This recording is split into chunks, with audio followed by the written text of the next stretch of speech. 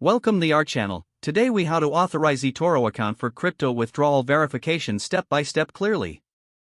To start the authorization process for your eToro account, log into your eToro account using your credentials. Once you're logged in, navigate to the profile section on your dashboard. In the profile section, look for an option labeled Settings or Account Settings.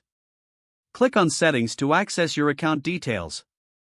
Next, find the option for Verification or KYC, which stands for Know Your Customer.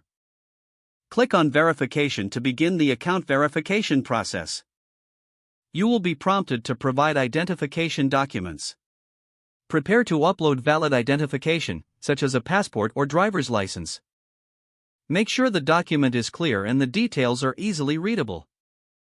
Follow the instructions on the screen to upload your chosen document. In addition to identification, you may also need to verify your address. To do this, gather a recent utility bill or bank statement.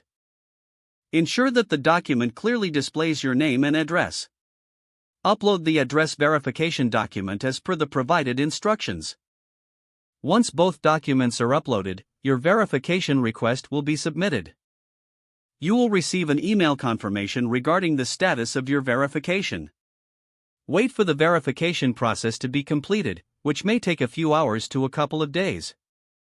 After your account is verified, return to your eToro dashboard.